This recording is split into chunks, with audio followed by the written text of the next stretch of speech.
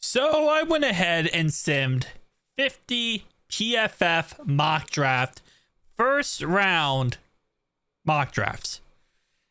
You know, I tried to summarize that in a smaller sentence slash like smaller thing there, and it didn't really go as well as I wanted it to. But anyway, though, this is the results of those 50 mock drafts. So as you can see, there's a lot of defensive linemen, but one player who comes up a crap ton, more than I really expected, was a wide receiver. And I don't think we take a wide receiver in the first round. I mean, it's possible. Again, listen, I'm going to go into this with the idea that we're probably going defensive lineman or something on defense, but at the same time, this is also Duke Tobin drafting, so anything is possible. You know, we could take somebody. We took Myles Murphy when we had no plans of taking him just because he was still on the board and we thought he was going to be a top 5 pick. Like, going into the draft, Duke Tobin said, Myles Murphy's top 5 pick. We're not going to take this guy. He ends up still on the board at pick 28, and we go with him. You know, and now we're going to find out how good he is with our new defensive line coach who actually knows what he's doing. But yeah, no, it's just across the board. Like, you never know going into any Duke Tobin's drafts who they're going to take.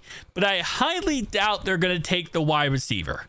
I might be incorrect, but I highly doubt they will. Now, there are only a few edge rushers actually on here. Michael Williams from Georgia. You also have James Pierce, you have Mike Green, and that's it. Now, this is going to be interesting, right? Last year's NFL draft, the first round, we didn't see an offensive player go.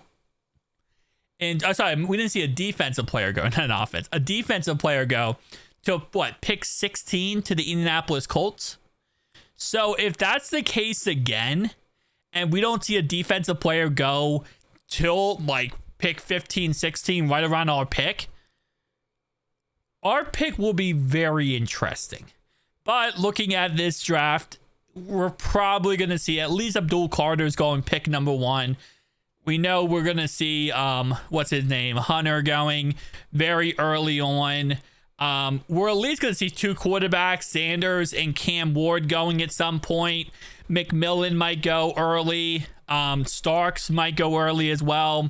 Mason Graham, he'll probably go early, defensive lineman from Michigan.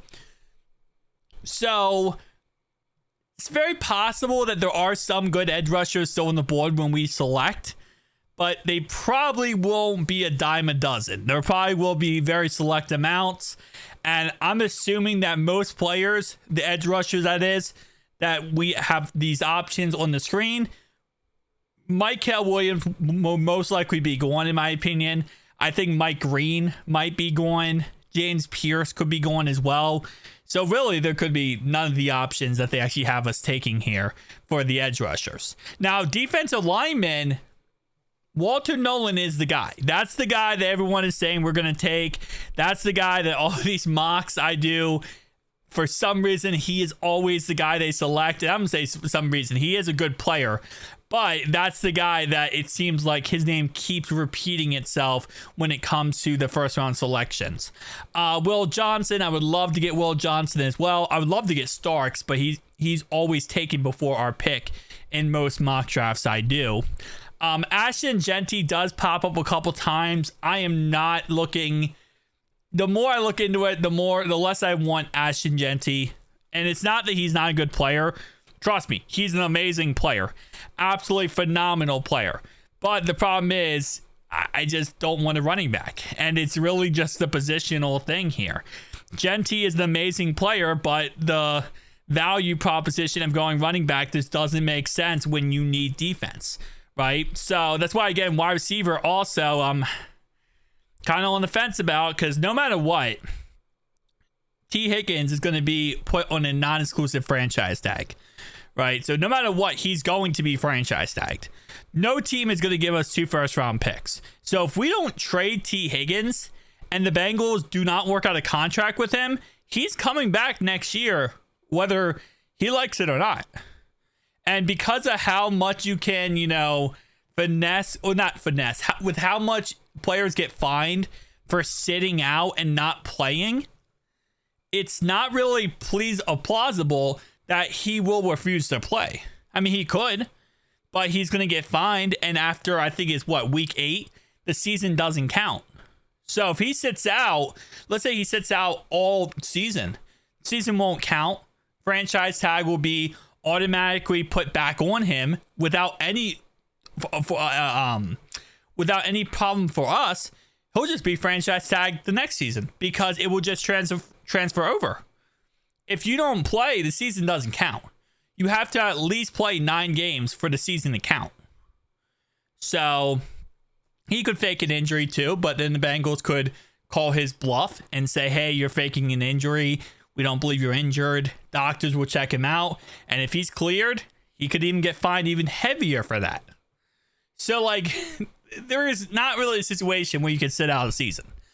But he's going to be signed, right? Or he's going to be on the franchise tag. Because of that situation, I don't think we take a wide receiver first round. I don't think so. Now, there are how many tight ends on here? Only one tight end pops up on here, and that's Tyler Warren from Penn State, which out of all the options for first round tight ends, he is the only option I think you should take in the first round. I don't think we're going to take a tight end in the first round again, even if we lose Mike Gesicki.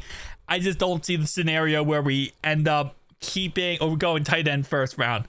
Again, I'm trying my best here to figure out a situation where we take anything offense first round. And the only way I can see offensively first round is offensive line. That's it. If it's anything on offense outside of offensive line, I'm going to be very angry. Because that's the only position I could see us taking that makes sense. Defensively, I don't care. You take the best player. If it's a linebacker, defensive lineman, corner, safety, you take the best player. That's how I look at it on defense. But on offense, if it's not line, I'm probably going to be pissed off. And again, I love Genty, but Genty just doesn't make sense to take a running back. Not in the first round, not given the scenario. If you look at last year and you say, what was our problem? You don't say Chase Brown was our problem. No. You see our problem was offensive line and defense. So we have to really get this right. No bullcrap. Tell me down below your thoughts and opinions. Who is your pick for the first overall pick? Who would you say we take? Personally, I am so torn with this pick. I am so torn with who I want.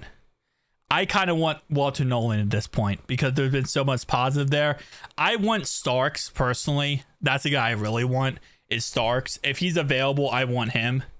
So I'm going to say Starks just because I want him more than anything. But if I'm saying overall wise, Abdul Carter would be the guy. I think someone commented my video before and said Abdul Carter is not a generational. Abdul Carter is a generational talent. You watch Abdul Carter, you know how good Abdul Carter truly is. He is a generational talent. So, missed me with that bullcrap. Anyway, I'll see you guys in the next one. Let's go.